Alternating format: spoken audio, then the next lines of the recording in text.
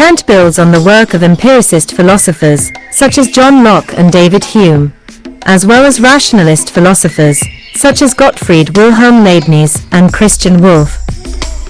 He expounds new ideas on the nature of space and time, and tries to provide solutions to the skepticism of Hume regarding knowledge of the relation of cause and effect, and that of René Descartes regarding knowledge of the external world. This is argued through the transcendental idealism of objects as appearance and their form of appearance. Kant regards the former as mere representations and not as things in themselves, and the latter as only sensible forms of our intuition, but not determinations given for themselves, or conditions of objects as things in themselves. This grants the possibility of a priori knowledge. Since objects as appearance must conform to our cognition, which is to establish something about objects before they are given to us. Knowledge independent of experience can cause a priori knowledge, while knowledge obtained through experience is termed a posteriori. According to Kant, a proposition is a priori if it is necessary and universal.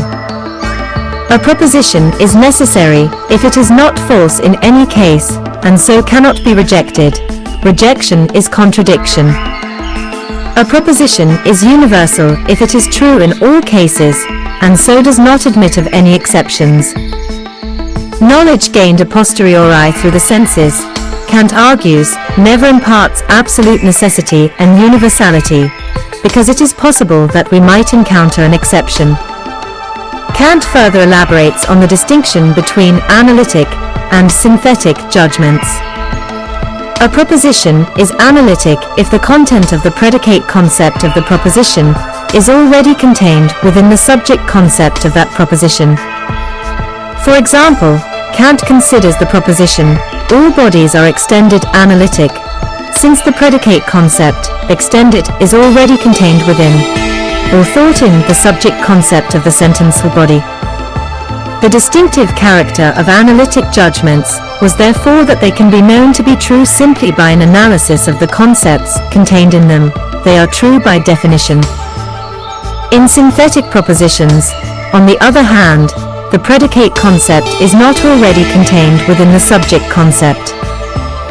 For example, Kant considers the proposition, all bodies are heavy synthetic, since the concept body does not already contain within it the concept weight. Synthetic judgments therefore add something to a concept, whereas analytic judgments only explain what is already contained in the concept.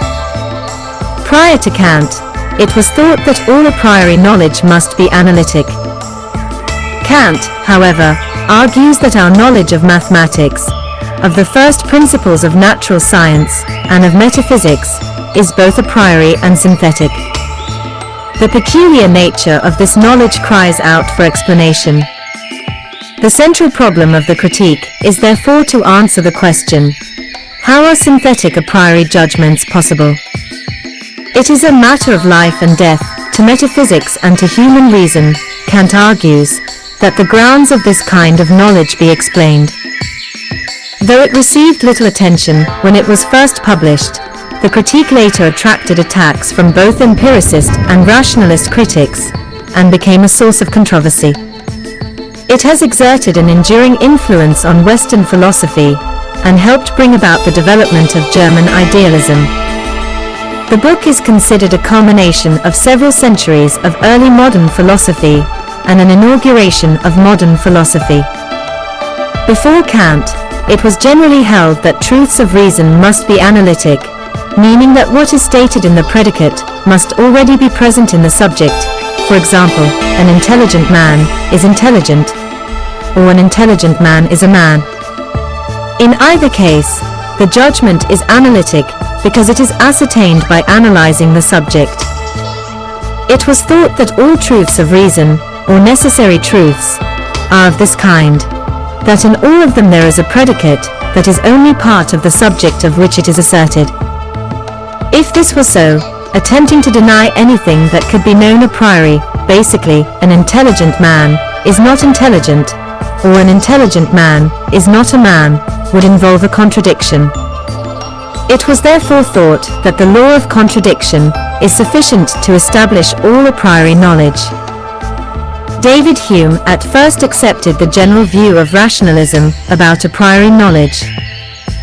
However, upon closer examination of the subject, Hume discovered that some judgments thought to be analytic, especially those related to cause and effect, were actually synthetic, in such that no analysis of the subject will reveal the predicate. They thus depend exclusively upon experience, and are therefore a posteriori. Before Hume, rationalists had held that effect could be deduced from cause. Hume argued that it could not, and from this inferred that nothing at all could be known a priori in relation to cause and effect. Kant, who was brought up under the auspices of rationalism, was deeply impressed by Hume's skepticism. I freely admit that it was the remembrance of David Hume which, many years ago, first interrupted my dogmatic slumber, and gave my investigations in the field of speculative philosophy a completely different direction. Kant decided to find an answer, and spent at least 12 years thinking about the subject. Although the critique of pure reason was set down in written form in just 4 to 5 months, while Kant was also lecturing and teaching, the work is a summation of the development of Kant's philosophy throughout that 12-year period. Kant's work was stimulated by his decision to take seriously Hume's skeptical conclusions about such basic principles as cause and effect, which had implications for Kant's grounding in rationalism. In Kant's view, Hume's skepticism rested on the premise that all ideas are presentations of sensory experience. The problem that Hume identified was that basic principles, such as causality, cannot be derived from sense experience only. Experience shows only that one event regularly succeeds another, not that is caused by it. In section 6, the general problem of pure reason, of the introduction to the critique of pure reason, Kant explains that Hume stopped short of considering that a synthetic judgment could be made a priori. Kant's goal was to find some way to derive cause and effect without relying on empirical knowledge. Kant rejects analytical methods for this, arguing that analytic reasoning cannot tell us anything that is not already self-evident. So his goal was to find a way to demonstrate how the synthetic a priori is possible. To accomplish this goal, Kant argued that it would be necessary to use synthetic reasoning. However, this posed a new problem. How is it possible to have synthetic knowledge that is not based on empirical observation? That is, how are synthetic a priori truths possible? This question is exceedingly important, Kant maintains, because he contends that all important metaphysical knowledge is of synthetic a priori propositions. If it is impossible to determine which synthetic a priori propositions are true, he argues, then metaphysics as a discipline is impossible. Kant argues that there are synthetic judgments, such as the connection of cause and effect, as in every effect has a cause, where no analysis of the subject will produce the predicate. Kant reasons that statements, such as those found in geometry and Newtonian physics, are synthetic judgments. Kant uses the classical example of 7 plus 5 is equal to 12. No amount of analysis will find 12 in either 7 or 5 and vice versa, since an infinite number of two numbers exist that will give the sum 12. Thus Kant arrives at the conclusion that all pure mathematics is synthetic though a priori. The number 7 is 7 and the number 5 is 5 and the number 12 is 12, and the same principle applies to other numerals. In other words, they are universal and necessary. For Kant then, mathematics is synthetic judgment a priori. Conventional reasoning would have regarded such an equation to be analytic a priori by considering both 7 and 5 to be part of one subject being analyzed. However, Kant looked upon 7 and 5 as two separate values, with the value of 5 being applied to that of 7 and synthetically arriving at the logical conclusion that they equal 12. This conclusion led Kant into a new problem, as he wanted to establish how this could be possible. How is pure mathematics possible? This also led him to inquire whether it could be possible to ground synthetic a priori knowledge for a study of metaphysics. Because most of the principles of metaphysics from Plato through to Kant's immediate predecessors made assertions about the world, or about God, or about the soul that were not self-evident, but which could not be derived from empirical observation. For Kant, all post-Cartesian metaphysics is mistaken from its very beginning. The empiricists are mistaken because they assert that it is not possible to go beyond experience, and the dogmatists are mistaken because they assert that it is possible to go beyond experience through theoretical reason. Therefore, Kant proposes a new basis for a science of metaphysics, posing the question, how is a science of metaphysics possible, if at all? According to Kant, only practical reason, the faculty of moral consciousness, the moral law of which everyone is immediately aware, makes it possible to know things as they are. This led to his most influential contribution to metaphysics, the abandonment of the quest to try to know the world as it is in itself, independent of sense experience. He demonstrated this with a thought experiment, showing that it is not possible to meaningfully conceive of an object that exists outside of time, and has no spatial components, and is not structured in accordance with the categories of the understanding of Verstand, such as substance and causality. Although such an object cannot be conceived, Kant argues, there is no way of showing that such an object does not exist.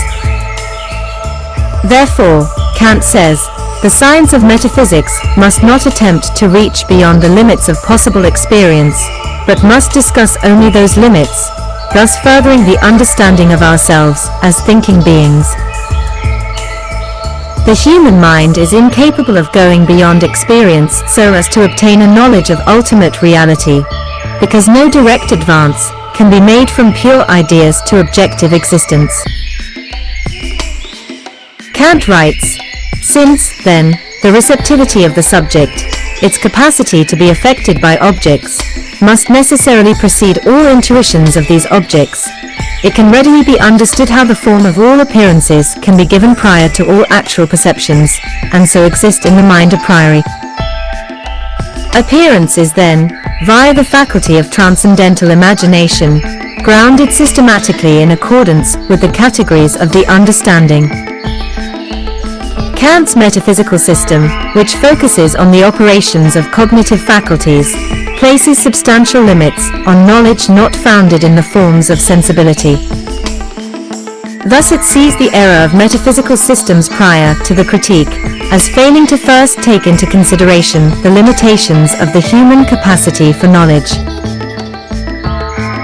Transcendental imagination is described in the first edition of the Critique of Pure Reason, but Kant omits it from the second edition of 1787. It is because he takes into account the role of people's cognitive faculties in structuring the known and knowable world that in the second preface to the Critique of Pure Reason Kant compares his critical philosophy to Copernicus' revolution in astronomy. Kant writes, hitherto, it has been assumed that all our knowledge must conform to objects. But all attempts to extend our knowledge of objects by establishing something in regard to them a priori, by means of concepts, have, on this assumption, ended in failure. We must therefore make trial whether we may not have more success in the tasks of metaphysics, if we suppose that objects must conform to our knowledge. Just as Copernicus revolutionized astronomy by taking the position of the observer into account, Kant's critical philosophy takes into account the position of the knower of the world in general and reveals its impact on the structure of the known world. Kant's view is that in explaining the movement of celestial bodies, Copernicus rejected the idea that the movement is in the stars and accepted it as a part of the spectator. Knowledge does not depend so much on the object of knowledge as on the capacity of the knower. Kant's transcendental idealism should be distinguished from idealistic systems, such as that of George Berkeley. While Kant claimed that phenomena depend upon the conditions of sensibility, space and time, and on the synthesizing activity of the mind manifested in the rule-based structuring of perceptions into a world of objects. This thesis is not equivalent to mind dependence in the sense of Berkeley's idealism. Kant says when defining transcendental idealism, "I understand by the transcendental idealism of all appearances the doctrine that they are altogether to be regarded as mere representations and not things in themselves, and accordingly that time and space are only sensible forms of our intuition, but not determinations given for themselves or conditions of objects as things in themselves."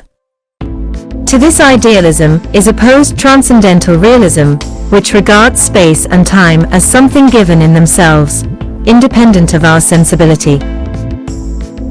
Kant gives two expositions of space and time, metaphysical and transcendental. The metaphysical expositions of space and time are concerned with clarifying how those intuitions are known independently of experience. The transcendental expositions attempt to show how the metaphysical conclusions might be applied to enrich our understanding. In the transcendental exposition, Kant refers back to his metaphysical exposition in order to show that the sciences would be impossible if space and time were not kinds of pure a priori intuitions.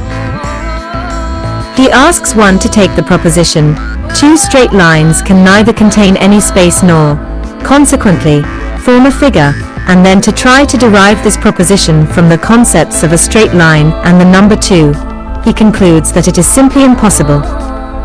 Thus, since this information cannot be obtained from analytic reasoning, it must be obtained through synthetic reasoning, i.e., a synthesis of concepts, in this case 2 and straightness, with the pure, a priori, intuition of space.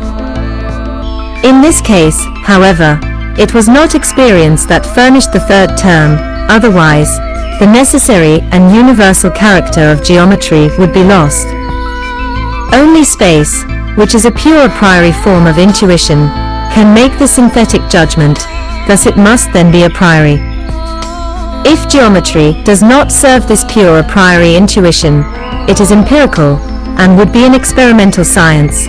But geometry does not proceed by measurements, it proceeds by demonstrations. Kant rests his demonstration of the priority of space on the example of geometry.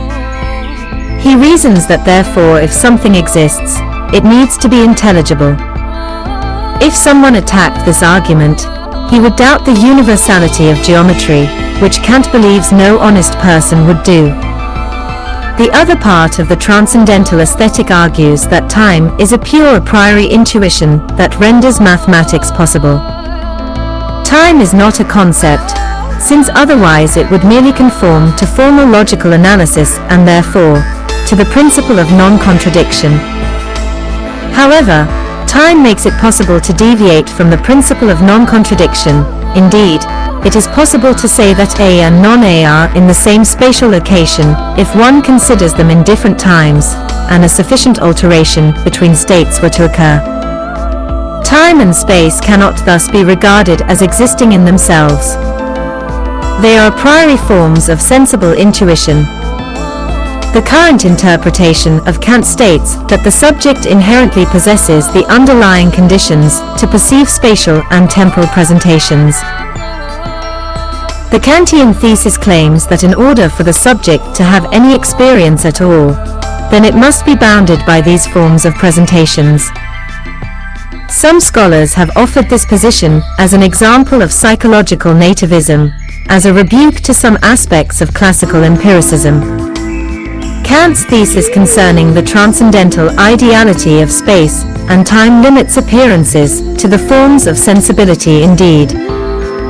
They form the limits within which these appearances can count as sensible, and it necessarily implies that the thing in itself is neither limited by them nor can it take the form of an appearance within us apart from the bounds of sensibility. Yet the thing in itself is held by Kant to be the cause of that which appears. And this is where an apparent paradox of Kantian critique resides. While we are prohibited from absolute knowledge of the thing in itself, we can impute to it a cause beyond ourselves, as a source of representations within us. Kant's view of space and time rejects both the space and time of Aristotelian physics and the space and time of Newtonian physics. In the Transcendental Logic, there is a section titled The Refutation of Idealism that is intended to free Kant's doctrine from any vestiges of subjective idealism, which would either doubt or deny the existence of external objects. Kant's distinction between the appearance and the thing in itself is not intended to imply that nothing knowable exists apart from consciousness, as with subjective idealism. Rather, it declares that knowledge is limited to phenomena as objects of a sensible intuition. In the fourth paralogism, he states that a paralogism is a logical fallacy. Kant further certifies his philosophy as separate from that of subjective idealism by defining his position as a transcendental idealism in accord with empirical realism, a form of direct realism. The Paralogisms of Pure Reason is the only chapter of the dialectic that Kant rewrote for the second edition of the Critique of Pure Reason. In the first edition, the fourth paralogism offers a defense of transcendental idealism, which Kant reconsidered and relocated in the second edition. Whereas the transcendental aesthetic was concerned with the role of the sensibility, the transcendental logic is concerned with the role of the understanding, which Kant defines as the faculty of the mind that deals with concepts. Knowledge, Kant argued, contains two components: intuitions, through which an object is given to us in sensibility, and concepts, through which an object is thought in understanding. In the transcendental aesthetic, he attempted to show that the a priori forms of intuition were space and time, and that these forms were the conditions of all possible intuition. It should therefore be expected that we should find similar a priori concepts in the understanding, and that these pure concepts should be the conditions of all possible thought. The logic is divided into two parts: the transcendental analytic and the transcendental dialectic. The analytic Kant calls a logic of truth. In it he aims to discover these pure concepts, which are the conditions of all thought, and are thus what makes knowledge possible. The transcendental dialectic Kant calls a logic of illusion. In it he aims to expose the illusions that we create when we attempt to apply reason beyond the limits of experience. The idea of a transcendental logic is that of a logic that gives an account of the origins of our knowledge as well as its relationship to objects.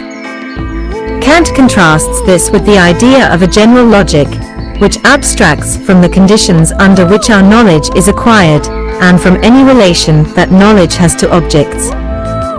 According to Helga Svare, it is important to keep in mind what Kant says here about logic in general, and transcendental logic in particular, being the product of abstraction, so that we are not misled when a few pages later he emphasizes the pure, non-empirical character of the transcendental concepts, or the categories.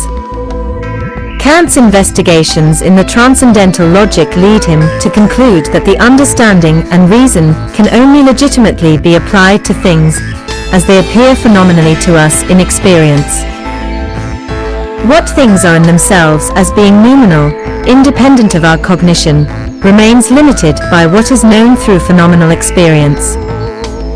The transcendental analytic is divided into an analytic of concepts and an analytic of principles, as well as a third section concerned with the distinction between phenomena and noumena.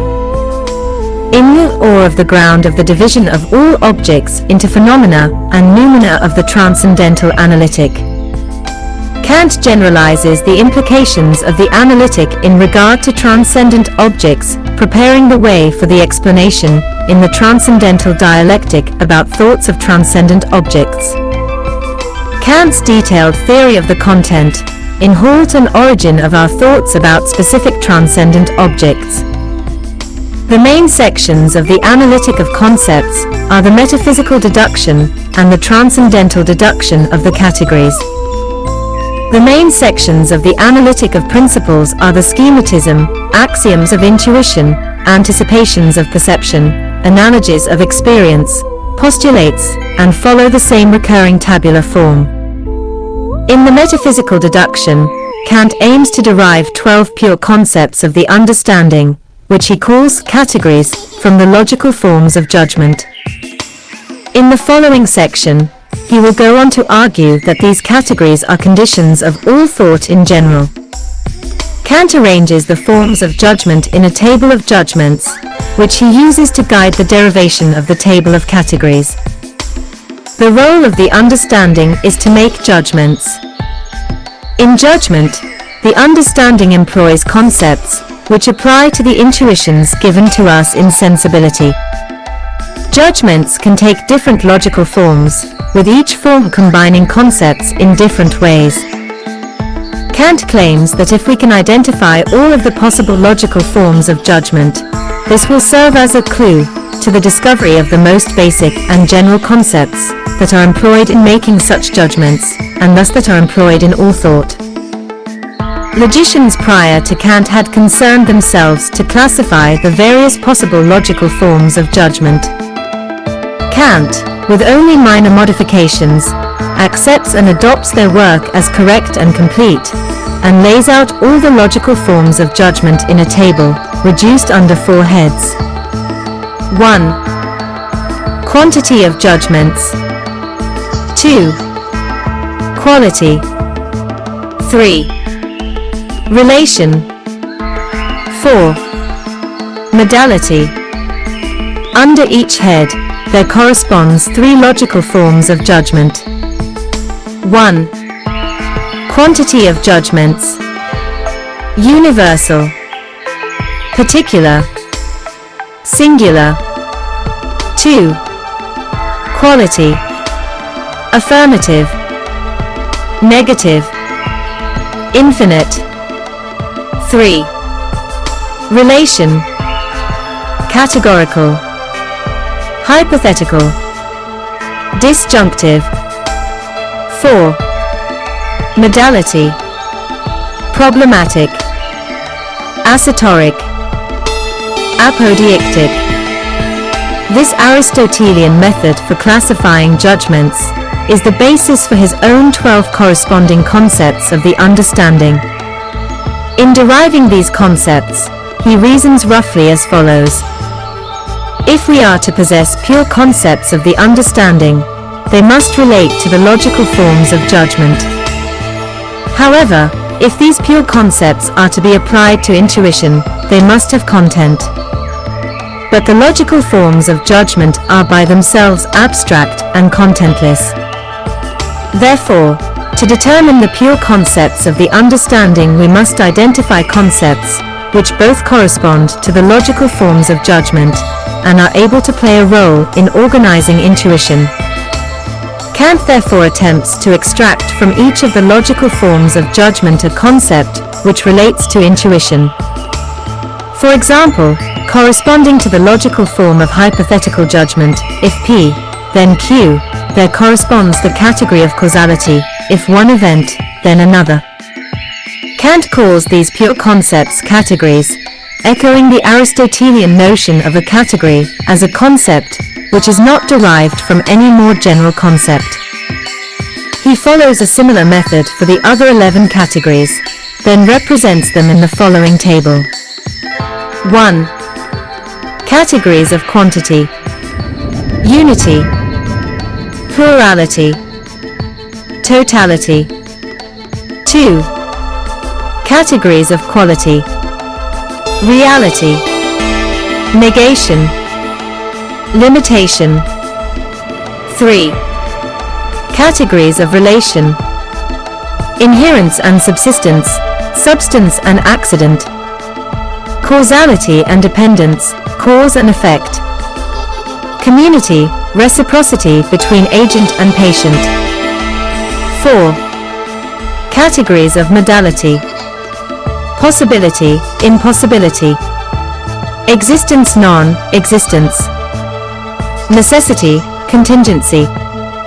These categories, then, are the fundamental, primary, or native concepts of the understanding. These flow from or constitute the mechanism of understanding and its nature, and are inseparable from its activity. Therefore, for human thought, they are universal and necessary, or a priori. As categories, they are not contingent states, or images of sensuous consciousness, and hence not to be thence derived. Similarly, they are not known to us independently of such consciousness, or of sensible experience. On the one hand, they are exclusively involved in, and hence come to our knowledge exclusively through, the spontaneous activity of the understanding. This understanding is never active, however, until sensible data are furnished as material for it to act upon, and so it may truly be said that they become known to us only on the occasion of sensible experience. For Kant, in opposition to Christian Wolff and Thomas Hobbes, the categories exist only in the mind. These categories are pure conceptions of the understanding, inasmuch as they are independent of all that is contingent in sense. They are not derived from what is called the matter of sense, or from particular, variable sensations. However, they are not independent of the universal and necessary form of sense. Again, Kant, in the Transcendental Logic, is professedly engaged with the search for an answer to the second main question of the critique: how is pure physical science, or sensible knowledge, possible? Kant, now, has said, and with reference to the kind of knowledge mentioned in the foregoing question, has said truly, that thoughts, without the content which perception supplies, are empty. This is not less true of pure thoughts than of any others. The content which the pure conceptions, as categories of pure physical science or sensible knowledge, cannot derive from the matter of sense, they must and do derive from its pure form. And in this relation between the pure conceptions of the understanding and their pure content there is involved, as we shall see, the most intimate community of nature and origin between sense, on its formal side, space and time, and the understanding itself. For Kant, space and time are a priori intuitions. Out of a total of 6 arguments in favor of space as a priori intuition, Kant presents 4 of them in the metaphysical exposition of space. 2 argue for space a priori, and 2 for space as intuition. In the transcendental deduction, Kant aims to show that the categories derived in the metaphysical deduction are conditions of all possible experience.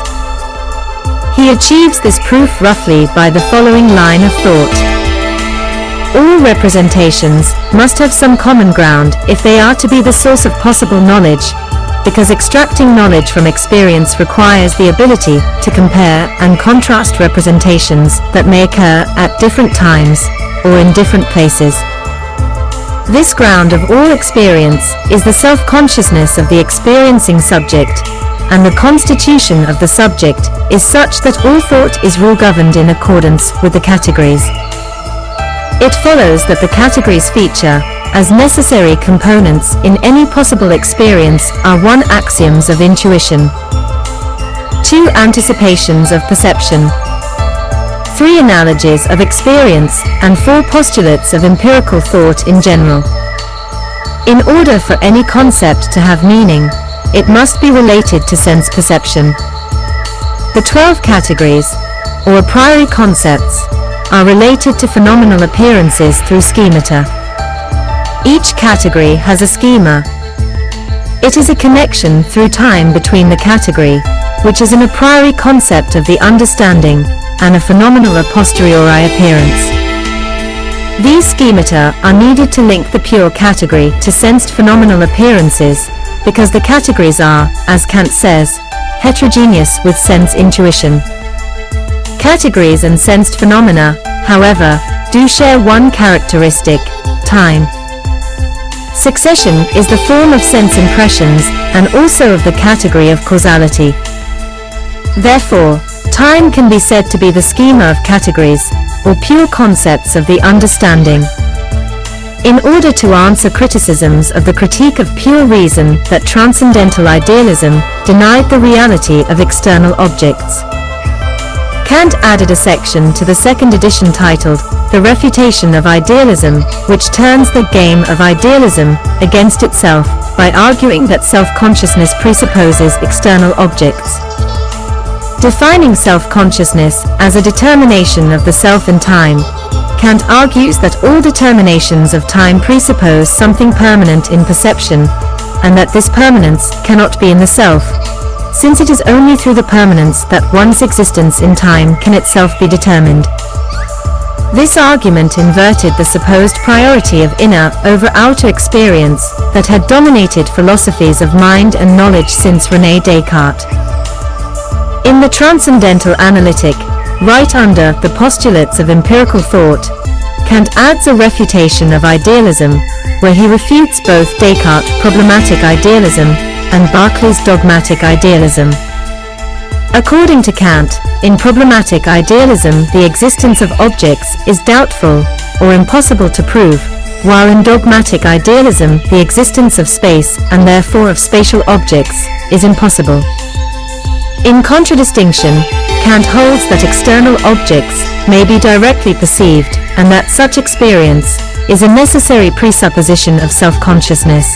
As an appendix to the first division of transcendental logic, Kant intends the amphiboly of the conceptions of reflection to be a critique of Leibniz metaphysics and a prelude to transcendental dialectic, the second division of transcendental logic. Kant introduces a whole set of new ideas called concepts of reflection, identity of difference, agreement of opposition, inner of outer, and matter of form. According to Kant, the categories do have, but these concepts have no synthetic function in experience. These special concepts just help to make comparisons between concepts, judging them either different or the same, compatible or incompatible.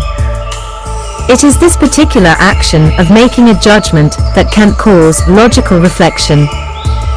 As Kant states, through observation and analysis of appearances we penetrate to nature's inner recesses, and no one can say how far this knowledge may in time extend. But with all this knowledge, and even if the whole of nature were revealed to us, we should still never be able to answer those transcendental questions which go beyond nature. The reason of this is that it is not given to us to observe our own mind with any other intuition than that of inner sense, and that it is yet precisely in the mind that the secret of the source of our sensibility is located. The relation of sensibility to an object, and what the transcendental ground of this objective unity may be, are matters undoubtedly so deeply concealed that we who after all know even ourselves only through inner sense, and therefore as appearance, can never be justified in treating sensibility as being a suitable instrument of investigation for discovering anything save always still other appearances, eager as we yet are to explore their nonsensible cause. Following the systematic treatment of a priori knowledge given in the Transcendental Analytic, the Transcendental Dialectic seeks to dissect dialectical illusions. Its task is effectively to expose the fraudulence of the non-empirical employment of the understanding. The Transcendental Dialectic shows how pure reason should not be used. According to Kant, the rational faculty is plagued with dialectic illusions as man attempts to know what can never be known. This longer, but less dense section of the critique is composed of 5 essential elements, including an appendix, as follows: A. Introduction to reason and the transcendental ideas. B. Rational psychology, the nature of the soul. C. Rational cosmology, the nature of the world. D. Rational theology of God. And the E. Appendix, on the constitutive and regulative uses of reason. In the introduction, Kant introduces a new faculty, human reason, positing that it is a unifying faculty that unifies the manifold of knowledge gained by the understanding. Another way of thinking of reason is to say that it searches for the unconditioned. Kant had shown in the second analogy that every empirical event has a cause, and thus each event is conditioned by something antecedent to it, which itself has its own condition, and so forth. Reason seeks to find an intellectual resting place that may bring the series of empirical conditions to a close, to obtain knowledge of an absolute totality of conditions, thus becoming unconditioned. All in all, Kant ascribes to reason the faculty to understand and at the same time criticize the illusions it is subject to. One of the ways that pure reason erroneously tries to operate beyond the limits of possible experience is when it thinks that there is an immortal soul in every person. Its proofs, however, are paralogisms, or the results of false reasoning. Every one of my thoughts and judgments is based on the presupposition I think. I is the subject and thinking is the predicate. Yet the ever-present logical subject of every thought should not be confused with a permanent, immortal, real substance soul. The logical subject is a mere idea, not a real substance. Unlike Descartes, who believes that the soul may be known directly through reason, Kant asserts that no such thing is possible. Descartes declares cogito ergo sum, but Kant denies that any knowledge of I may be possible. The I is only the background of the field of apperception, and as such lacks the experience of direct intuition that would make self-knowledge possible. This implies that the self in itself could never be known. Like Hume, Kant rejects knowledge of the I as substance. For Kant, the I that is taken to be the soul is purely logical and involves no intuitions. The I is the result of the a priori consciousness continuum, not of direct intuition a posteriori. It is apperception, as the principle of unity in the consciousness continuum, that dictates the presence of the I as a singular logical subject of all the representations of a single consciousness. Although I seems to refer to the same I all the time, it is not really a permanent feature, but only the logical characteristic of a unified consciousness. The only use or advantage of asserting that the soul is simple is to differentiate it from matter and therefore prove that it is immortal, but the substratum of matter may also be simple. Since we know nothing of this substratum, both matter and soul may be fundamentally simple and therefore not different from each other. Then the soul may decay, as does matter. It makes no difference to say that the soul is simple and therefore immortal. Such a simple nature can never be known through experience. It has no objective validity. According to Descartes, the soul is indivisible. This paralogism mistakes the unity of apperception for the unity of an indivisible substance called the soul. It is a mistake that is the result of the first paralogism. It is impossible that thinking could be composite, for if the thought by a single consciousness were to be distributed piecemeal among different consciousnesses, the thought would be lost. According to Kant, the most important part of this proposition is that a multifaceted presentation requires a single subject. This paralogism misinterprets the metaphysical oneness of the subject by interpreting the unity of apperception as being indivisible and the soul simple as a result. According to Kant, the simplicity of the soul as Descartes believed cannot be inferred from the I think as it is assumed to be there in the first place. Therefore, it is a tautology. In order to have coherent thoughts, I must have an I that is not changing and that thinks the changing thoughts. Yet we cannot prove that there is a permanent soul, or an undying I that constitutes my person. I only know that I am one person during the time that I am conscious. As a subject who observes my own experiences, I attribute a certain identity to myself, but to another observing subject, I am an object of his experience. He may attribute a different persisting identity to me. In the third paralogism, the I is a self-conscious person in a time continuum, which is the same as saying that personal identity is the result of an immaterial soul. The third paralogism mistakes the I as unit of apperception being the same all the time with the everlasting soul. According to Kant, The thought of the I accompanies every personal thought, and it is this that gives the illusion of a permanent I. However, the permanence of I in the unity of apperception is not the permanence of substance. For Kant, permanence is a schema, the conceptual means of bringing intuitions under a category. The paralogism confuses the permanence of an object seen from without with the permanence of the I in a unity of apperception seen from within. From the oneness of the apperceptive I, nothing may be deduced. The I itself shall always remain unknown. The only ground for knowledge is the intuition, the basis of sense experience. The soul is not separate from the world. They exist for us only in relation to each other. Whatever we know about the external world is only a direct, immediate, internal experience. The world appears, in the way that it appears, as a mental phenomenon. We cannot know the world as a thing in itself, that is, other than as an appearance within us. To think about the world as being totally separate from the soul, is to think that a mere phenomenal appearance has independent existence outside of us.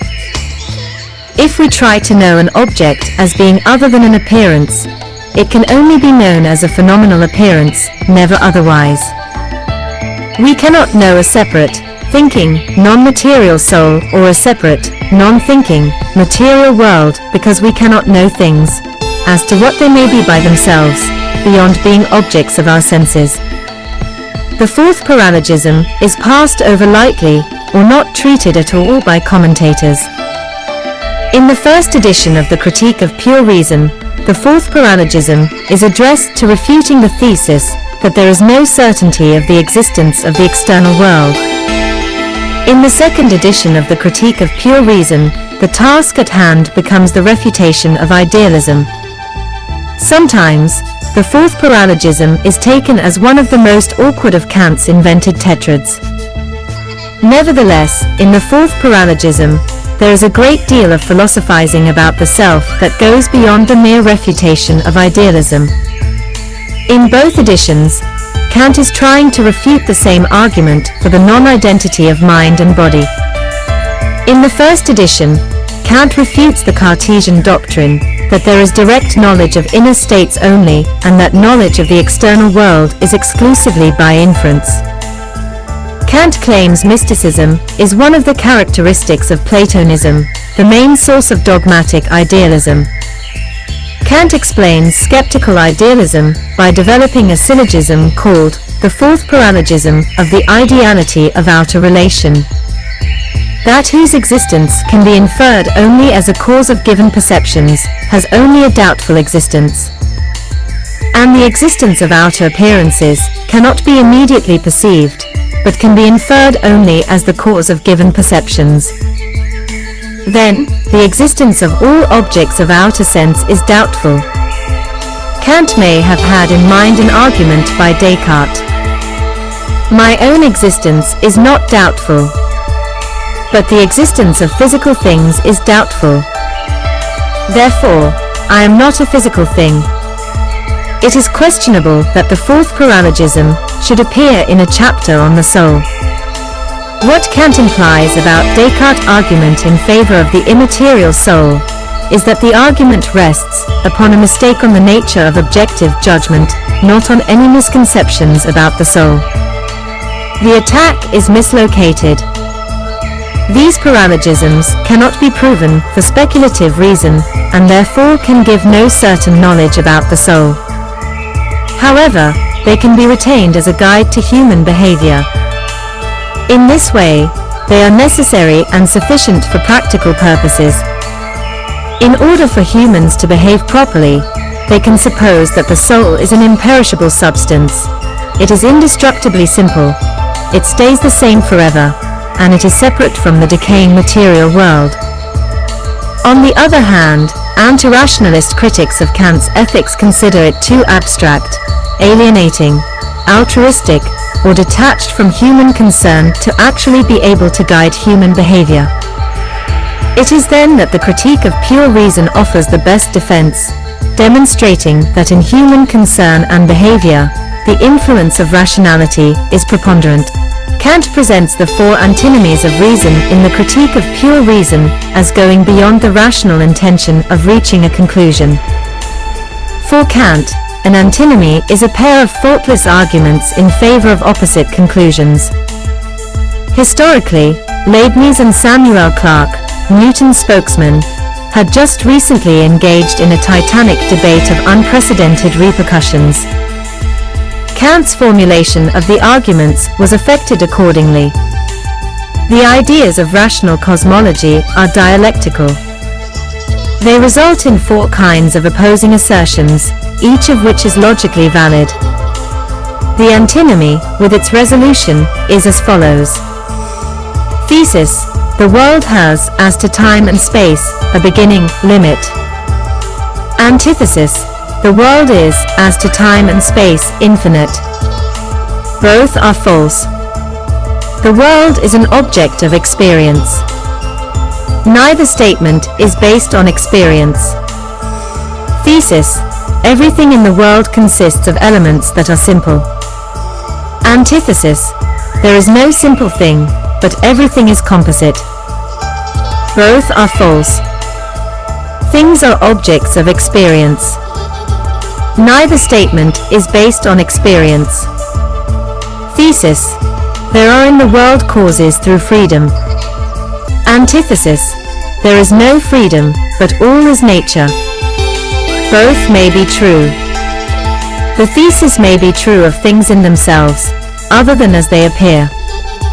The antithesis may be true of things as they appear. Thesis: in the series of the world causes there is some necessary being.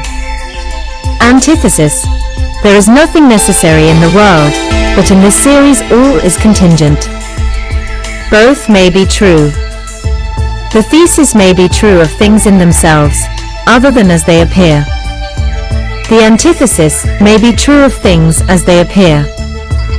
According to Kant, rationalism came to fruition by defending the thesis of each antinomy, while empiricism evolved into new developments by working to better the arguments in favor of each antithesis. Pure reason mistakenly goes beyond its relation to possible experience when it concludes that there is a being who is the most real thing, ens realissimum, conceivable. This ens realissimum is the philosophical origin of the idea of God. This personified object is postulated by reason as the subject of all predicates, the sum total of all reality. Kant called this supreme being, or God, the ideal of pure reason, because it exists as the highest and most complete condition of the possibility of all objects, their original cause and their continual support. Refutation of the ontological proof of God's existence of Anselm of Canterbury. The ontological proof can be traced back to Anselm of Canterbury, 1033 to 1109. Anselm presented the proof in chapter 2 of a short treatise titled Discourse on the Existence of God. It was not Kant, but the monk Gornilo and later the scholastic Thomas Aquinas who first challenged the success of the proof. Aquinas went on to provide his own proofs for the existence of God in what are known as the 5 ways. The ontological proof considers the concept of the most real being, ens realissimum, and concludes that it is necessary. The ontological argument states that God exists because he is perfect. If he didn't exist, he would be less than perfect. Existence is assumed to be a predicate, or attribute of the subject, God, but Kant asserted that existence is not a predicate. Existence or being is merely the infinitive of the copula, or linking, connecting verb, is in a declarative sentence. It connects the subject to a predicate. Existence is evidently not a real predicate. The small word is not an additional predicate, but only serves to put the predicate in relation to the subject. Also, we cannot accept a mere concept or mental idea as being a real, external thing or object. The ontological argument starts with a mere mental concept of a perfect God and tries to end with a real, existing God. The argument is essentially deductive in nature. Given a certain fact, it proceeds to infer another from it. The method pursued, then, is that of deducing the fact of God's being from the a priori idea of him. If man finds that the idea of God is necessarily involved in his self-consciousness, it is legitimate for him to proceed from this notion to the actual existence of the divine being. In other words, the idea of God necessarily includes existence. It may include it in several ways. One may argue, for instance, according to the method of Descartes, and say that the conception of God could have originated only with the divine being himself. Therefore the idea possessed by us is based on the prior existence of God himself. Or we may allege that we have the idea that God is the most necessary of all beings, that is to say, he belongs to the class of realities, consequently it cannot but be a fact that he exists. This is held to be proof per saltum. A leap takes place from the premise to the conclusion, and all intermediate steps are omitted. The implication is that premise and conclusion stand over against one another without any obvious, much less necessary, connection. A jump is made from thought to reality. Kant here objects that being or existence is not a mere attribute that may be added onto a subject, thereby increasing its qualitative content. The predicate, being, adds something to the subject that no mere quality can give. It informs us that the idea is not a mere conception, but is also an actually existing reality. Being, as Kant thinks, actually increases the concept itself in such a way as to transform it. You may attach as many attributes as you please to a concept. You do not thereby lift it out of the subjective sphere and render it actual. So you may pile attribute upon attribute on the conception of God, but at the end of the day you are not necessarily one step nearer to his actual existence. So that when we say God exists, we do not simply attach a new attribute to our conception, we do far more than this implies. We pass our bare concept from the sphere of inner subjectivity to that of actuality. This is the great vice of the ontological argument. The idea of $10 is different from the fact only in reality. In the same way the conception of God is different from the fact of his existence only in reality. When, accordingly, the ontological proof declares that the latter is involved in the former, it puts forward nothing more than a mere statement. No proof is forthcoming precisely where proof is most required. We are not in a position to say that the idea of God includes existence, because it is of the very nature of ideas not to include existence. Kant explains that being, not being a predicate, could not characterize a thing. Logically, it is the copula of a judgment. In the proposition, God is almighty, the copula does not add a new predicate, it only unites a predicate to a subject. To take God with all its predicates and say that God is equivalent to God exists, or that there is a God, is to jump to a conclusion as no new predicate is being attached to God. The content of both subject and predicate is one and the same. According to Kant then, existence is not really a predicate. Therefore, there is really no connection between the idea of God and God's appearance or disappearance. No statement about God whatsoever may establish God's existence. Kant makes a distinction between in intellectus, in mind, and in reality, or in fact, so that questions of being are a priori and questions of existence are resolved a posteriori. The cosmological proof considers the concept of an absolutely necessary being and concludes that it has the most reality. In this way, the cosmological proof is merely the converse of the ontological proof. Yet the cosmological proof purports to start from sense experience. It says, if anything exists in the cosmos, then there must be an absolutely necessary being. It then claims, on Kant's interpretation, that there is only one concept of an absolutely necessary object. That is the concept of a supreme being who has maximum reality. Only such a supremely real being would be necessary and independently existent, but, according to Kant, this is the ontological proof again, which was asserted a priori without sense experience. Summarizing the cosmological argument further, it may be stated as follows: contingent things exist, at least I exist, and as they are not self-caused, nor capable of explanation, as an infinite series, it is requisite to infer that a necessary being, on whom they depend, exists. Seeing that this being exists, he belongs to the realm of reality. Seeing that all things issue from him, he is the most necessary of beings, for only a being who is self-dependent, who possesses all the conditions of reality within himself, could be the origin of contingent things. And such a being is God. Kant argues that this proof is invalid for three chief reasons. First, it makes use of a category, namely, cause. And, as has been already pointed out, it is not possible to apply this, or any other, category except to the matter given by sense under the general conditions of space and time. If, then, we employ it in relation to deity, we try to force its application in a sphere where it is useless, and incapable of affording any information. Once more, we are in the now familiar difficulty of the paralogism of rational psychology, or of the antinomies. The category has meaning only when applied to phenomena. Yet God is a noumenon. Second, it mistakes an idea of absolute necessity, an idea that is nothing more than an ideal, for a synthesis of elements in the phenomenal world or world of experience.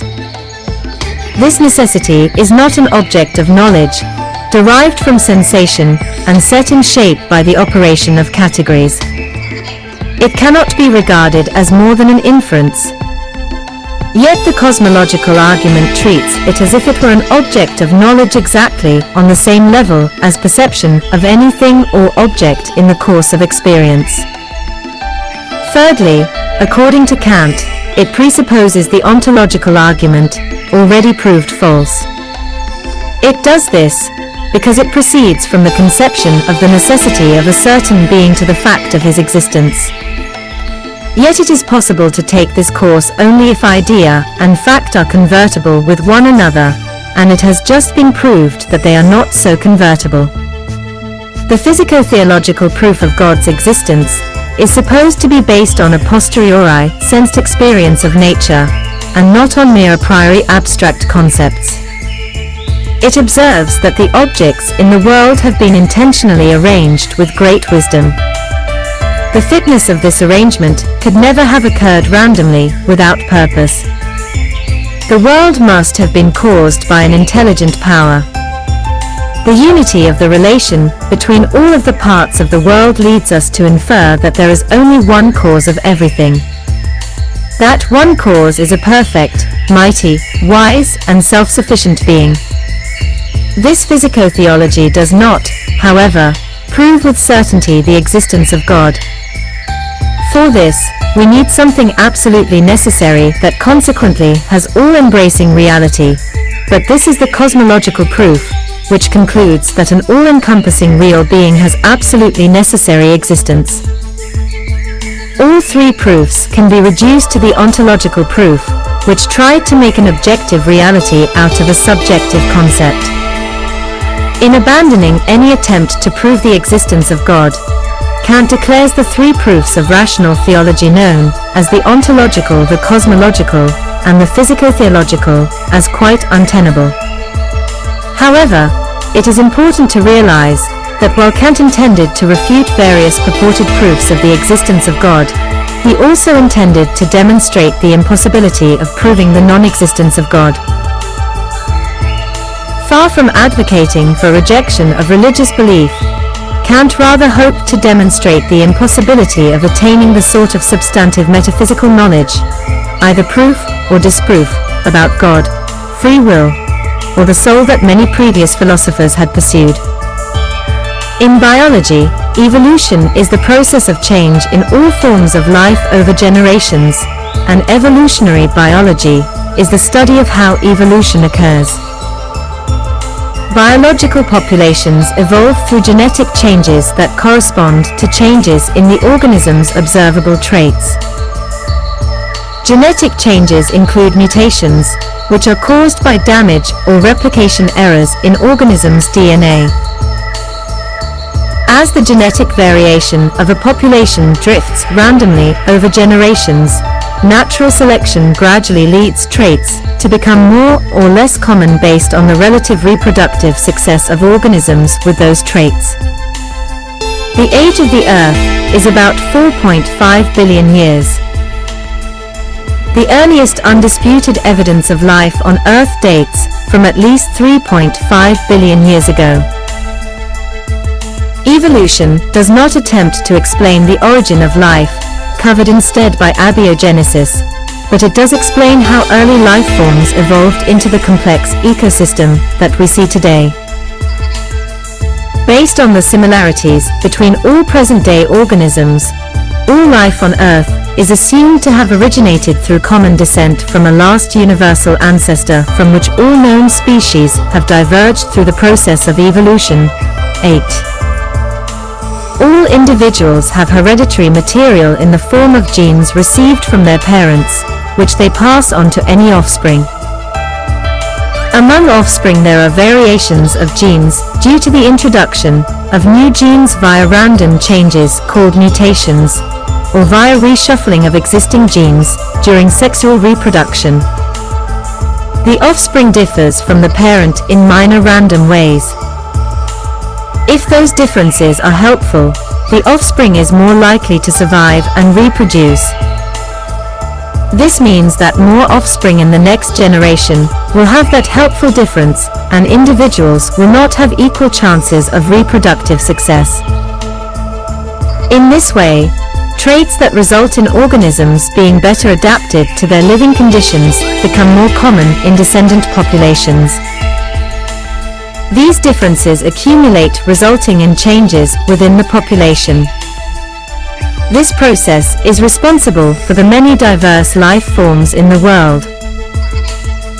The modern understanding of evolution began with the 1859 publication of Charles Darwin's On the Origin of Species. In addition, Gregor Mendel's work with plants helped to explain the hereditary patterns of genetics. Fossil discoveries in paleontology, advances in population genetics, and a global network of scientific research have provided further details into the mechanisms of evolution. Scientists now have a good understanding of the origin of new species, speciation, and have observed the speciation process in the laboratory and in the wild. Evolution is the principal scientific theory that biologists use to understand life and is used in many disciplines, including medicine, psychology, conservation biology, anthropology, forensics, agriculture, and other social-cultural applications. Evolutionary game theory developed in the 1970s, to which John Maynard Smith made several important contributions. His book is also noted for being well-written and not overly mathematically challenging.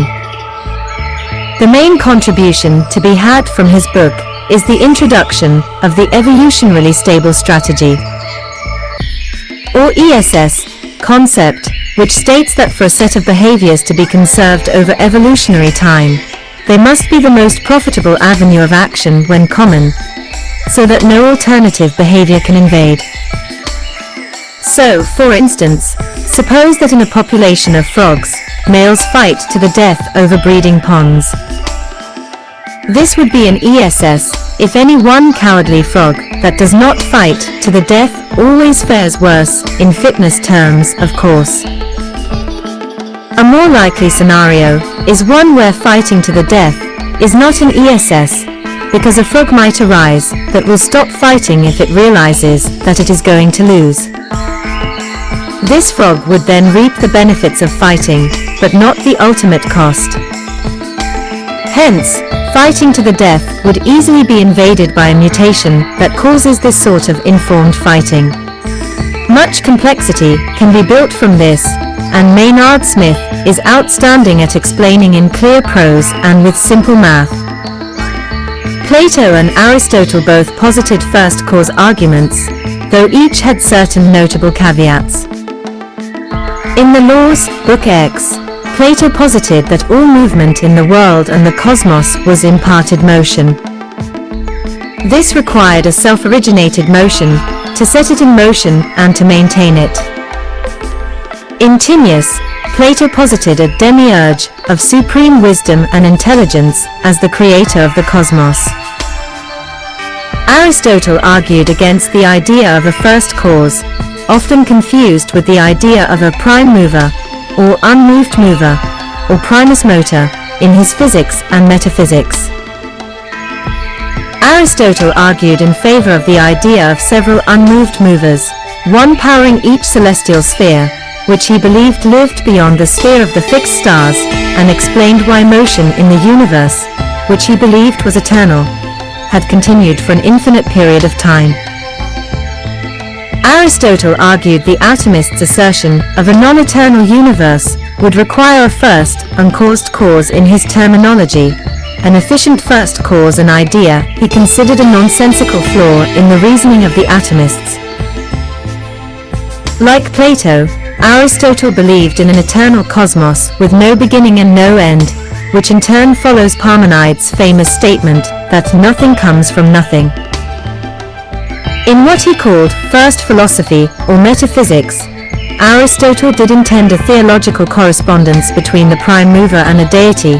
Functionally, however, he provided an explanation for the apparent motion of the fixed stars, now understood as the daily rotation of the Earth.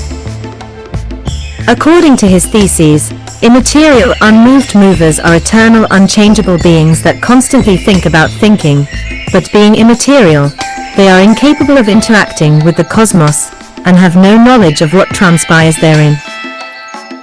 From an aspiration, or desire, 9, the celestial spheres imitate that purely intellectual activity, as best they can, by uniform circular motion. The unmoved movers inspiring the planetary spheres are no different in kind from the prime mover, they merely suffer a dependency of relation to the prime mover. Correspondingly, the motions of the planets are subordinate to the motion inspired by the prime mover in the sphere of fixed stars. Aristotle's natural theology admitted no creation or capriciousness from the immortal pantheon, but maintained a defense against dangerous charges of impiety. Plotinus, a 3rd century Platonist, taught that the one transcendent absolute caused the universe to exist simply as a consequence of its existence, the creatio ex Deo. His disciple Proclus stated, "The one is God." Centuries later, the Islamic philosopher Avicenna, c. 980 to 1037, inquired into the question of being, in which he distinguished between essence, mia, and existence, would. He argued that the fact of existence could not be inferred from or accounted for by the essence of existing things, and that form and matter by themselves cannot originate and interact with the movement of the universe, or the progressive actualization of existing things. Thus, he reasoned that existence must be due to an agent cause that necessitates, imparts, gives, or adds existence to an essence. To do so, the cause must coexist with its effect and be an existing thing. Stephen Duncan writes that it was first formulated by a Greek-speaking Syriac Christian Neoplatonist, John Philoponus, who claims to find a contradiction between the Greek pagan insistence on the eternity of the world and the Aristotelian rejection of the existence of any actual infinite. Referring to the argument as the Kalam cosmological argument, Duncan asserts that it received its fullest articulation at the hands of the medieval Muslim and Jewish exponents of Kalam, the use of reason by believers to justify the basic metaphysical presuppositions of the faith. Thomas Aquinas adapted and enhanced the argument he found in his reading of Aristotle, Avicenna, The Proof of the Truthful, and Maimonides to form one of the most influential versions of the cosmological argument. His conception of first cause was the idea that the universe must be caused by something that is itself uncaused, which he claimed is that which we call God. The second way is from the nature of the efficient cause. In the world of sense we find there is an order of efficient causes. There is no case known, neither is it, indeed, possible, in which a thing is found to be the efficient cause of itself, for so it would be prior to itself, which is impossible. Now in efficient causes it is not possible to go on to infinity, because in all efficient causes following in order, the first is the cause of the intermediate cause, and the intermediate is the cause of the ultimate cause, whether the intermediate cause be several, or only one. Now to take away the cause is to take away the effect. Therefore, if there be no first cause among efficient causes, there will be no ultimate, nor any intermediate cause.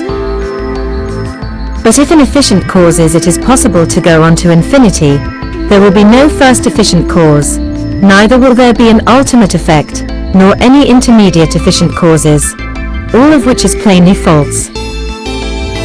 Therefore it is necessary to admit a first efficient cause, to which everyone gives the name of God. Importantly, Aquinas' 5 ways, given the second question of his Summa Theologica, are not the entirety of Aquinas' demonstration that the Christian God exists. The 5 ways form only the beginning of Aquinas' treatise on the divine nature. In the scholastic era, Aquinas formulated the argument from contingency, following Aristotle in claiming that there must be something to explain why the universe exists. Since the universe could, under different circumstances, conceivably not exist, contingency, its existence must have a cause, not merely another contingent thing, but something that exists by necessity, something that must exist in order for anything else to exist. 18 In other words, even if the universe has always existed, it still owes its existence to an uncaused cause, Aquinas further said, and this we understand to be God. Aquinas' argument from contingency allows for the possibility of a universe that has no beginning in time. It is a form of argument from universal causation. Aquinas observed that, in nature, there were things with contingent existences. Since it is possible for such things not to exist, there must be some time at which these things did not in fact exist. Thus, according to Aquinas, there must have been a time when nothing existed. If this is so, there would exist nothing that could bring anything into existence. Contingent beings, therefore, are insufficient to account for the existence of contingent beings. There must exist a necessary being whose non-existence is an impossibility, and from which the existence of all contingent beings is ultimately derived. Aquinas' argument from contingency may also be formulated like this. If each contingently existing being considers himself Bn, then, because he exists contingently, he depends for his existence on a prior being Bn1. Now, Bn1 likewise, if it is contingent, depends on Bn2. Nevertheless, this series cannot go on until infinity. At a certain time, we will arrive at AB1, the first being in existence, and since there is no 0th being or B0, B1 exists necessarily, i.e., is not a contingent being. This was Aquinas' 3rd way, under question 2, article 3 in the Summa Theological. The German philosopher Gottfried Leibniz made a similar argument with his principle of sufficient reason in 1714. There can be found no fact that is true or existent, or any true proposition, he wrote, without there being a sufficient reason for its being so and not otherwise, although we cannot know these reasons in most cases. He formulated the cosmological argument succinctly: why is there something rather than nothing? The sufficient reason is found in a substance, which is a necessary being bearing the reason for its existence within itself. Leibniz' argument from contingency is one of the most popular cosmological arguments in philosophy of religion. It attempts to prove the existence of a necessary being and infer that this being is God. Alexander Pruss formulates the argument as follows: there is a contingent fact that includes all other contingent facts. Therefore, there is an explanation of this fact. This explanation must involve a necessary being. This necessary being is God. Premise 1 is a form of the principle of sufficient reason stating that all contingently true sentences, i.e., contingent facts, have a sufficient explanation as to why they are the case. Premise 2 refers to what is known as the big conjunctive contingent fact, abbreviated BCCF, and the BCCF is generally taken to be the logical conjunction of all contingent facts. 24. It can be thought about as the sum total of all contingent reality. Premise 3 then concludes that the BCCF has an explanation, as every contingency does, in virtue of the PSR. It follows that this explanation is non-contingent, i.e., necessary. No contingency can explain the BCCF, because every contingent fact is a part of the BCCF. Statement 5, which is either seen as a premise or a conclusion, infers that the necessary being which explains the totality of contingent facts is God. Several philosophers of religion, such as Joshua Rasmussen and T. Ryan Byerly, have argued for the inference. The difference between the arguments from causation in theory and in S is a fairly important one. In theory is generally translated as becoming, while in S is generally translated as in essence. In theory, the process of becoming is similar to building a house. Once it is built, the builder walks away, and it stands on its own accord. Compare the watchmaker analogy. It may require occasional maintenance, but that is beyond the scope of the first cause argument. In S, essence is more akin to the light from a candle or the liquid in a vessel. George Hayward Joyce, S.J., explained that, where the light of the candle is dependent on the candle's continued existence, not only does a candle produce light in a room in the first instance, but its continued presence is necessary if the illumination is to continue. If it is removed, the light ceases. Again, a liquid receives its shape from the vessel in which it is contained. But were the pressure of the containing sides withdrawn, it would not retain its form for an instant. This form of the argument is far more difficult to separate from a purely first cause argument than is the example of the house's maintenance above, because here the first cause is insufficient without the candle's or vessel's continued existence. The philosopher Robert Koons has stated a new variant on the cosmological argument. He says that to deny causation is to deny all empirical ideas. For example, if we know our own hand, we know it because of the chain of causes, including light being reflected upon one's eyes, stimulating the retina, and sending a message through the optic nerve into your brain. He summarized the purpose of the argument as that if you don't buy into theistic metaphysics, you're undermining empirical science. The two grew up together historically and are culturally and philosophically interdependent. If you say, I just don't buy this causality principle, that's going to be a big problem for empirical science. This in theory version of the argument therefore does not intend to prove God, but only to disprove objections involving science, and the idea that contemporary knowledge disproves the cosmological argument. Calm cosmological argument. Main article, Calm cosmological argument. William Lane Craig, who was principally responsible for repopularizing this argument in Western philosophy, presents it in the following general form: Sat Smiley 29. Whatever begins to exist has a cause of its existence. The universe began to exist. Therefore, the universe has a cause of its existence. Craig analyses this cause in the Blackwell Companion to Natural Theology, and says that this cause must be uncaused, beginningless, changeless, timeless, spaceless, extraordinarily powerful, and personal. Metaphysical argument for the existence of God.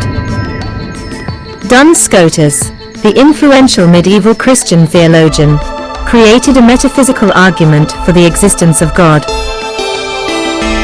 Though it was inspired by Aquinas' argument from motion, he, like other philosophers and theologians, believed that his statement for God's existence could be considered separate to Aquinas. His explanation for God's existence is long, and can be summarized as follows. Something can be produced. It is produced by itself, by nothing, or by another. Not by nothing, because nothing causes nothing. Not by itself, because an effect never causes itself. Therefore, by another A. If A is first, then we have reached the conclusion. If A is not first, then we return to 2. From 3 and 4, we produce another, B. The ascending series is either infinite or finite. An infinite series is not possible. Therefore, God exists. Scotus deals immediately with 2 objections he can see. First, that there cannot be a first, and second, that the argument falls apart when 1 is questioned. He states that infinite regress is impossible, because it provokes unanswerable questions, like, in modern English, what is infinity minus infinity? The second, he states, can be answered if the question is rephrased using modal logic, meaning that the first statement is instead, it is possible that something can be produced. Schrödinger was a talented philosophical writer. If he had applied the same intensity to his philosophical expositions that he did to physics, he would likely have been remembered as a Western version of Krishnamurti, and could certainly have made a career as a popularizer of Eastern spiritual ideas, in the mode of Alan Watts or Eckhart Tolle. In fact, throughout his life, he held philosophy and religion in a higher regard than physics. This situation was captured by the Irish artist John Synge in his painting Schrödinger in the Hand of God, which depicts Irwin studying at his desk, supported in the hand of the divine being. Interestingly, at times, both Synge and Schrödinger himself claimed to be atheists, but only in the sense that Eastern religions can be held to be atheistic, or Western mystics can be in their unconventional notions of the divine. There are plenty of incidences in Schrödinger's books and correspondences in which he refers to an active or creative God, involved with the laws of the universe, which he termed the good Lord. In fact, his atheism had much more to do with disapproval of and disassociation from certain ways in which religion was practiced, than it did towards a disbelief in God. Schrödinger completed a doctoral thesis in 1910 on electrical conductivity. Initially taking a job as a research assistant, he worked his way up to professorship at the University of Stuttgart in 1921, where he switched his research to quantum statistics and made his major contributions to physics. In 1933, he was awarded the Nobel Prize for the alternative formulation he provided to Werner Heisenberg's matrix mechanics. He also wrote a highly influential book called What is Life?, which applied physics and chemistry to biology. This book is regarded as one of the contributing causes of the molecular revolution in biology. Schrödinger identified with socialism and in typical socialist style, was critical of the way that religion had been used to control people by secular governments and military forces. He wrote the following illuminating passage at the beginning of his short philosophical book Seeking for the Road in 1925. As the passage suggests, Schrödinger was equally critical of what he called the atheism of natural science, as he was of the historical use of religion to manipulate and control. Rising to their feet after centuries of shameful servitude imposed by the Church. Conscious of their sacred rights and their divine mission, the natural sciences turned against their ancient tormentress with blows of rage and hatred, heedless that, with all her inadequacies and derelictions of duty, she was still the one and only appointed guardian of our most sacred ancestral heritage. Slowly, almost unobserved, that spark of ancient Indian wisdom, which the marvelous rabbi had kindled to new flame beside the Jordan, flickered out. The light faded from the reborn son of Greece, whose rays had ripened the fruits we now enjoy. The people no longer know anything of these things. Most of them have nothing to hold on to and no one to follow. They believe neither in God nor gods. To them the Church is now only a political party, and morality nothing but a burdensome restriction which, without the support of those no longer credible bugbears on which it leant for so long, is now without any basis whatever. A sort of general atavism has set in. Western man is in danger of relapsing to an earlier level of development, which he has never properly overcome. Crass, unfettered egoism is raising its grinning head, and its fist, drawing irresistible strength from primitive habits, is reaching for the abandoned helm of our ship. Schrödinger's religious philosophy often focused on the unity of consciousness and the material world that is the basis of many forms of Eastern pantheism, such as Vedanta, and also finds a place in panentheistic branches of Christianity, such as Eastern Orthodox, and Islam, the Sufi, and some branches of Shia. Later in Seek for the Road, he gave this striking description of what appear to be his experiences of Vedantic mysticism. What is it that has called you so suddenly out of nothingness to enjoy for a brief while a spectacle which remains quite indifferent to you? The conditions for your existence are almost as old as the rocks. For thousands of years men have striven and suffered and begotten, and women have brought forth in pain. 100 years ago, perhaps, another man sat on this spot. Like you he gazed with awe and yearning in his heart at the dying light on the glacier. Like you he was begotten of man and born of woman. He felt pain and brief joy as you do. Was he someone else? Was it not you yourself? What is this self of yours? What was the necessary condition for making the thing conceived this time into you? Just you and not someone else. What clearly intelligible scientific meaning can this someone else really have? If she who is now your mother had cohabited with someone else and had a son by him, and your father had done likewise, would you have come to be? Or were you living in them, and in your father's father thousands of years ago? And even if this is so, why are you not your brother? Why is your brother not you? Why are you not one of your distant cousins? What justifies you in obstinately discovering this difference? The difference between you and someone else, when objectively what is there is the same? Looking and thinking in that manner you may suddenly come to see, in a flash, the profound rightness of the basic conviction in Vedanta. It is not possible that this unity of knowledge,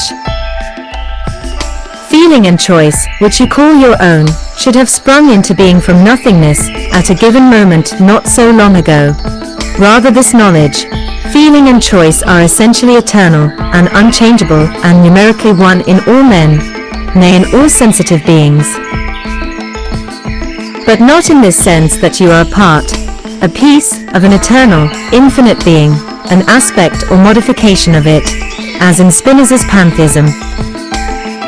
For we should then have the same baffling question: which part, which aspect are you? What, objectively, differentiates it from the others? No, but inconceivable as it seems to ordinary reason, you and all other conscious beings as such are all in all.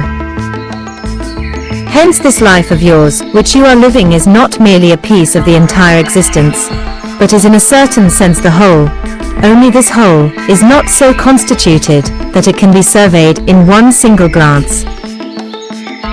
This, as we know, is what the Brahmins express in that sacred, mystic formula which is yet really so simple and so clear. Tat tvam asi, this is you. Or again, in such words as I am in the east and in the west, I am below and above, I am this whole world. Thus you can throw yourself flat on the ground, stretched out upon Mother Earth, with the certain conviction that you are one with her and she with you. You are as firmly established, as invulnerable as she, indeed 1,000 times firmer and more invulnerable. As surely as she will engulf you tomorrow, so surely will she bring you forth anew to new striving and suffering. And not merely some day now, today, every day she is bringing you forth, not once, but thousands upon thousands of times, just as every day she engulfs you 1,000 times over. For eternally and always there is only now, one and the same now, the present is the only thing that has no end. Yet Schrödinger's spiritual outlook was not exclusively Eastern, and he would quote Western mystics in support of his views, whose experiences he thought were similar. We have seen in the first passage from Seek for the Road, quoted earlier, that he regarded Jesus of Nazareth with the same respect as the Eastern mystics. In a 1948 publication, in Acta Physica Austriaca, he quoted this beautiful passage from the Islamic mystic Aziz Nasafi, as an illustration of the unity of consciousness that he felt existed behind the multiplicity of beings. The world of spirits is a single spirit standing like a light, at the back of the world of bodies, and shining through each individual that comes into existence, as through a window. According to the kind and size of the window, more or less light penetrates through into the world. But the light always remains the same. Schrödinger claimed that his scientific work was a route to the Godhead. Much like Newton and Einstein, Schrödinger spoke of science as a game to discover rules set by God. Lecture notes believed to have been used at one of the Catholic universities in Belgium contained this revealing passage. Science is a game, but a game with reality, a game with sharpened knives. If a man cuts a picture carefully into 1,000 pieces, you solve the puzzle when you reassemble the pieces into a picture. In the success or failure, both your intelligences compete. In the presentation of a scientific problem, the other player is the good Lord. He has not only set the problem, but has also devised the rules of the game, but they are not completely known. Half of them are left for you to discover, or to deduce. The experiment is the tempered blade which you wield with success against the spirits of darkness, or which defeats you shamefully. The uncertainty is how many of the rules God Himself has permanently ordained, and how many apparently are caused by your own mental inertia, while the solution generally becomes possible only through freedom from its limitations. In What is Life?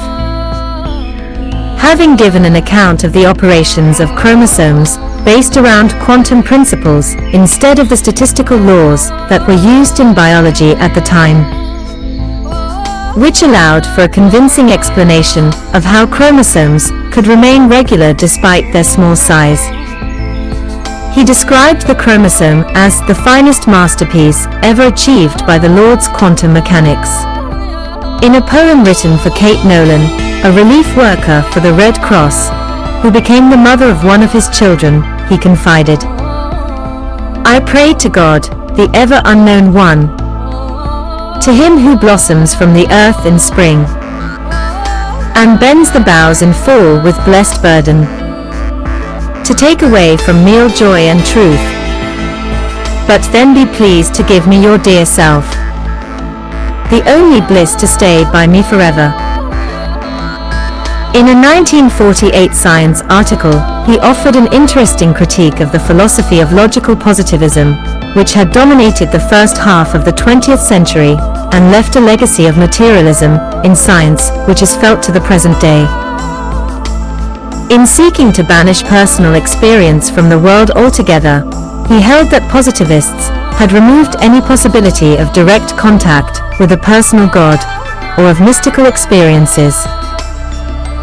A personal God cannot be encountered in a world picture that becomes accessible only at the price that everything personal in it is excluded from it.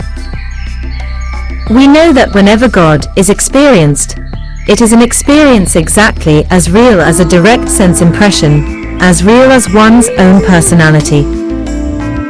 After his 60th birthday, Schrödinger spent less time on physics and more on philosophy.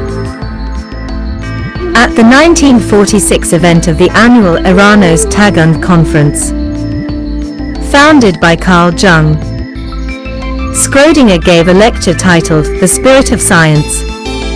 He began with an exposition of Shankara's famous commentary of the Vedanta Sutra, and concluded that the spirit that is revealed by the Vedanta can never be reached through scientific inquiry, and indeed cannot even be investigated by science. The spirit, strictly speaking, can never be the object of scientific inquiry, because objective knowledge of the spirit is a contradiction in terms. Yet, on the other hand, all knowledge relates to the spirit, or, more properly, exists in it, and this is the sole reason for our interest in any field of knowledge whatsoever. On his death, the priest at the church in the small village of Altbach, where the funeral took place, initially objected to his burial in the church grounds, as Schrödinger had not been a practicing Catholic, but relented on learning that he had been on good standing with the Pontifical Academy of Science. It is a chain of events, which is illuminating of the welcoming attitude of the Catholic Church towards science, and of following the Vatican II Conference, to those who do not practice the Catholic religion explicitly. In summary, then, we find a man much after Einstein's heart in his vision of science as a quest to find the rules set by the good Lord, with a preference for mysticism over organized religion, and a particular interest in the Vedanta. The simulation hypothesis proposes that what humans experience as the world is actually a simulated reality, such as a computer simulation, in which humans themselves are constructs. There has been much debate over this topic, ranging from philosophical discourse to practical applications in computing. The simulation hypothesis, as formulated by Nick Bostrom, is part of a long tradition of skeptical scenarios. It was presented by Bostrom as not merely a philosophical speculation, but an empirical claim with quantifiable probabilities. The hypothesis has received criticism from some physicists, such as Sabine Hossenfelder, who has called it pseudoscience, and cosmologist George F. R. Ellis, who stated that the hypothesis is totally impracticable from a technical viewpoint, and that late-night pub discussion is not a viable theory. 5-6 versions of the hypothesis have also been featured in science fiction, appearing as a central plot device in many stories and films, such as The Matrix. Human history is full of thinkers who observed the difference between how things seem and how they might actually be, with dreams, illusions, and hallucinations providing poetic and philosophical metaphors. example, the butterfly dream of Zhuangzi from ancient China, 8, or the Indian philosophy of Maya, or in ancient Greek philosophy Anaxarchus and Monimus likened existing things to a scene painting and supposed them to resemble the impressions experienced in sleep or madness. In the Western philosophical tradition, Plato's allegory of the cave stands out as an influential example. Aztec philosophical texts theorized that the world was a painting or book written by the Teotl. René Descartes' evil demon philosophically formalized these epistemic doubts, to be followed by a large literature, with subsequent variations like Brain in a Vat. Nick Bostrom's premise. Many works of science fiction, as well as some forecasts, by serious technologists and futurologists predict that enormous amounts of computing power will be available in the future. Let us suppose for a moment that these predictions are correct. One thing that later generations might do with their super-powerful computers is run detailed simulations of their forebears, or of people like their forebears. Because their computers would be so powerful, they could run a great many such simulations. Suppose that these simulated people are conscious, as they would be if the simulations were sufficiently fine-grained, and if a certain quite widely accepted position in the philosophy of mind is correct.